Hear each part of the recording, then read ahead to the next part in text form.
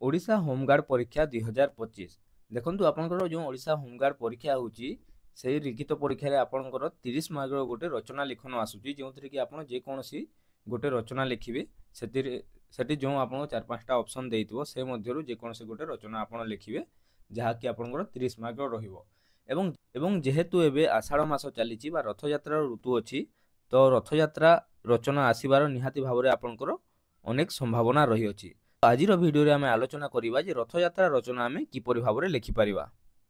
तो देखंतु आमे रथयात्रा रचना केमिति लिखिबा वा केमिति आरंभ करिबा। प्रथमे देखंतु उपक्रम।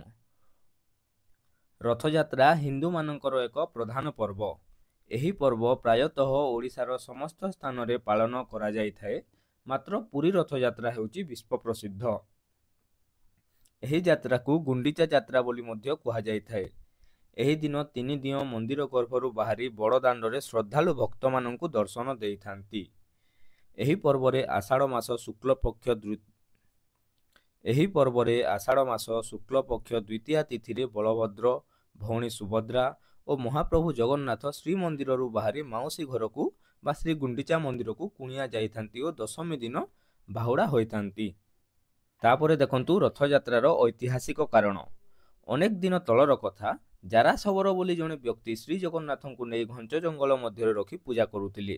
ଏହି ସମୟରେ ବିଦ୍ୟାପତି ଗଜପତି ଜଗନ୍ନାଥଙ୍କୁ ଚୋରି କରି ମାଲବର ରାଜା ଇନ୍ଦ୍ରଦ୍ୟୁମ୍ନଙ୍କ ପାଖକୁ ନେଇ ଆସିଥିଲେ।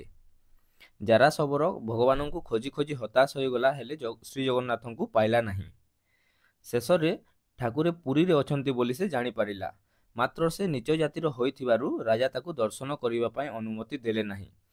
महाप्रभु एही कथारे दुखित हो राणी गुंडीचांकु रथयात्रा करिबा पई निर्देश देले। तापर देखंतु रथ निर्माण और नाम। प्रतिवर्ष अक्षय तृतीया ठारू रथ निर्माण कार्य आरंभ होइथाए। महाप्रभु श्री जगन्नाथଙ୍କ रथर नाम हेउची नंदीघोष एवं एथिरे 16टी चक लागिथाए। बलभद्रଙ୍କ रथर नाम हेउची तालध्वय एवं एथिरे 14टी चक लागिथाए और राणी सुभद्राଙ୍କ रथर नाम हेउची देवदलन बा दर्पदलन एवं एथिरे 12टी चक लागि थाए। समस्त रथ उपरे दधिनौती और पताका लागि रही थाए। तापरे देखंतु पालन विधि। प्रतिवर्ष आषाढ़ मास द्वितीया तिथि रे रथयात्रा पालन होई थाए। दयिता माने दियो माननकु सिंह द्वार जाए दलाई दलाई नेई थांती, जाहाकु कि पहंडी विजय मध्य कुहा जाय थाए। तापरे दियो माननकु रथ उपरे स्थापन करा जाए। रथ उपरे बसिथिबा चकाडोला महाबाहुंकु दर्शन करिबा पई लक्ष लक्ष श्रद्धालु बहु दूर दूरांतरु आसीथांती। हरिबोल हुलाहुली तथा झांझ मृदंग करताली और शंखनादरे उछुली पड़े बड़दाण्ड। तापरे समस्ते रथ टाणंती। गुंडीचा मंदिर रे 3 दिन 7 दिन रही पुणी दशमी तिथि रे श्रीमंदिर को बाहुली थांती।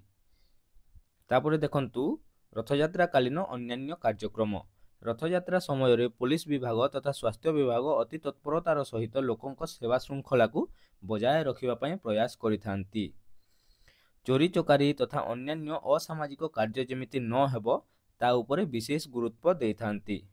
भिड़ भितरे किए हजि जाए तथा केही तले पड़ी जाए सेमानंकु उद्धार करिबा पई पुलिस विभाग तत्पर थांती।